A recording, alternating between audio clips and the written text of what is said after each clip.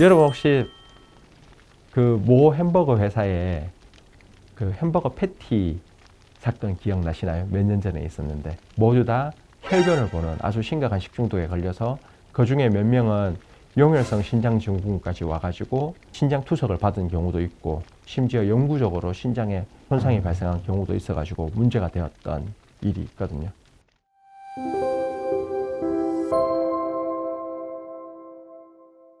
안녕하세요. 응급의학과 의사 곽경훈입니다. 오늘은 식중독에 대해서 한번 살펴보고자 합니다. 식중독은 세균이나 바이러스에 오염된 음식을 먹어서 나타나는 증상입니다. 그래서 세균이나 바이러스에 오염된 음식을 먹으면 이제 우리 몸에 감염이 발생해서 열이 나고 배가 아프고 구토하고 설사하고 그런 증상이거든요. 그래서 이제 오늘 살펴볼 식중독은 크게 바이러스가 일으키는 식중독과 세균이 일으키는 식중독으로 나누어지게 됩니다.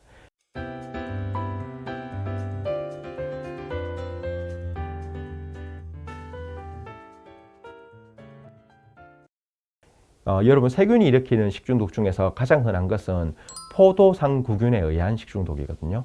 이게 왜 흔할 수밖에 없나 하면 여러분 포도상구균은 어디에나 있습니다. 지금 여기도 있을 거예요. 공기 중에도 있고 흙에도 있고 쓰레기에도 있고 그리고 포유동물 사람이나 뭐 개, 고양이 모든 포유동물의 점막에 정상세균총으로 존재하는 균입니다. 정상세균총은 뭐냐면 여러분 이 손이 아무리 깨끗해도 손에는 균이 있을 수밖에 없어요. 저희 구강에도 마찬가지고 저희 대장에도 균이 있거든요. 그런데 정상세균총이란 말은 정상적으로 이렇게 피부에 우리와 공생하면서 우리 몸에 유익하거나 적어도 해롭지는 않은 세균이란 뜻이거든요.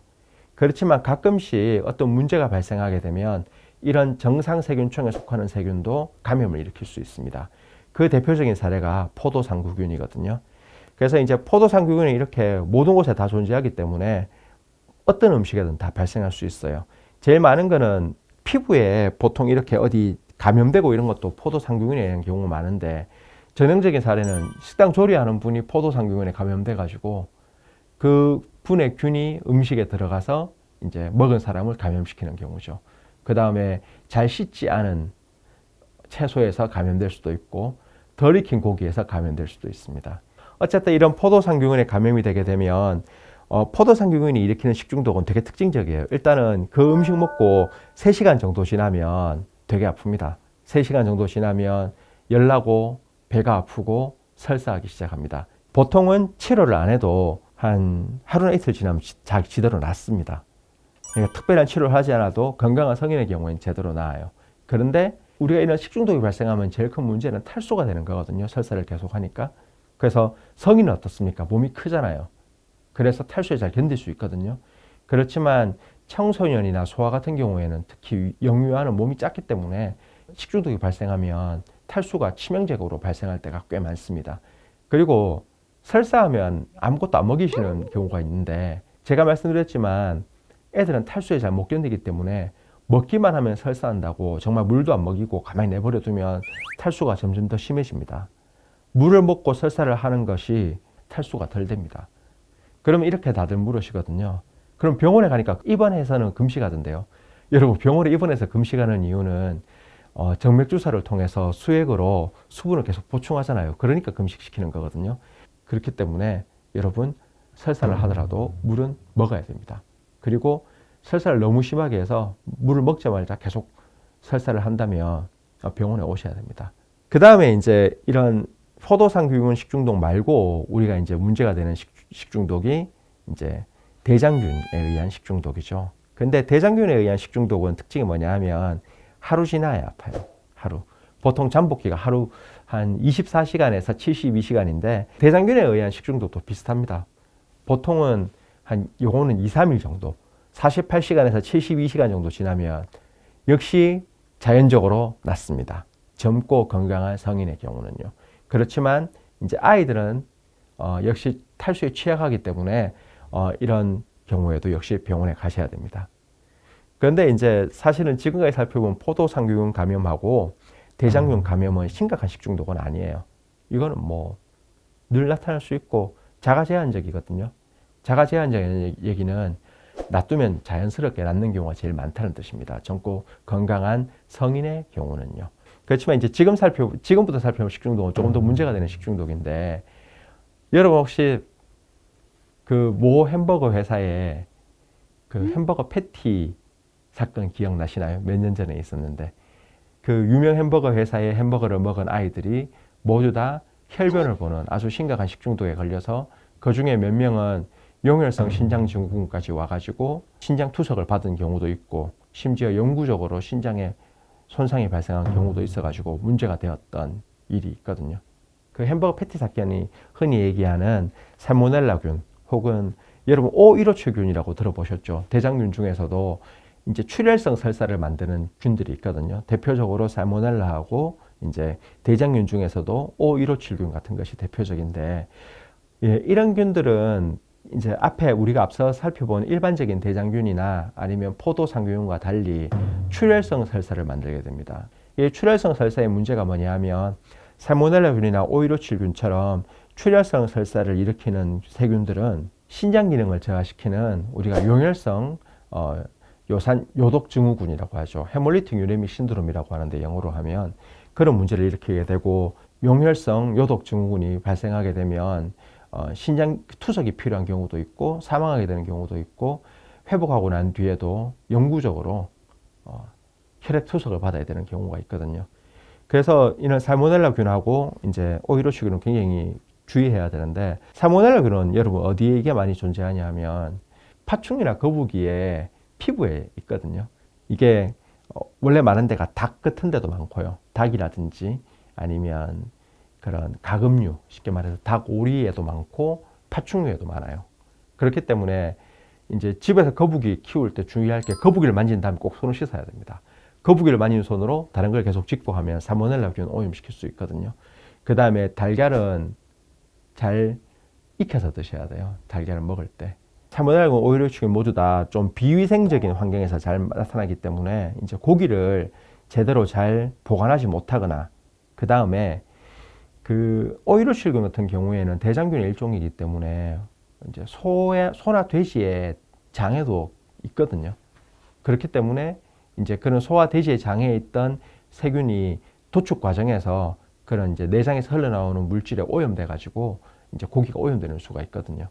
그래서 우리가 그러면 고기는 다 익혀 먹어야 되느냐, 이런 살모넬라균이나 O157균 때문에 고기를 다 익혀 먹어야 되느냐, 흔히 얘기하는 웰던으로 정말 맛없게 거의 탈 정도로 바삭 구워서 먹어야 되냐 하면 사실은 그렇지는 않습니다. 그건 고기의 종류에 따라 다릅니다. 이런 살모넬라균이나 O157균은 파고드는 균이 아니에요.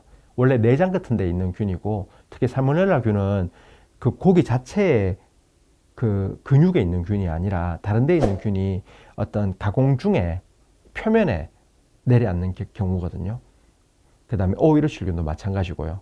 그렇기 때문에 우리가 큰 고기 덩어리가 있으면 큰 고기 덩어리에 표면에만 있습니다. 그래서 우리가 왜 스테이크 식당에 가서 스테이크 먹을 때 레어로 먹는 경우 있잖아요. 그럼 레어로 먹으면 여러분 표면만 익히지 안은 잘라보면 거의 안 익었거든요. 그렇지만 그렇게 레어로 먹어도 식중독이 잘 안 걸리죠, 생각보다. 그 이유는 이런 살모넬라균이나 O157균 같은 균, 아니면 일반 대장균 모두 다 고기의 표면을 오염시킬 가능성이 많아요. 그렇기 때문에 우리가 웰던으로 정말 바삭하게 익히지 않더라도 적당히만 익혀도, 표면만 익혀도 걸리지 않습니다. 그런데 그러면 이상하잖아요. 제가 말씀드린 몇 년 전에 그 햄버거 패티 사건은 왜 일어났을까요? 그거는 고기가 다르잖아요.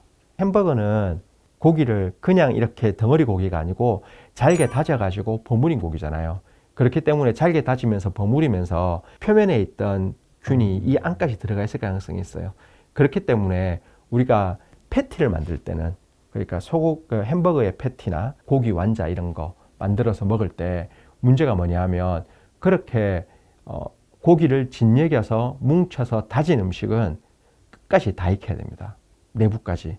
그렇지 않으면 이게 표면하고 내부가 섞이는 과정에서 깊숙한 곳까지 그런 식중독균이 들어가 있을 가능성이 많기 때문에 패티는 완벽하게 익히지 않으면 식중독 가능성이 매우 높습니다. 그래서 유명 햄버거 회사에 문제가 됐던 것도, 그 유명 햄버거 회사가 가공 과정 중에 문제가 있다기보다는 그 문제가 발생한 특정 지점에서 고기를 덜 익힌 거죠.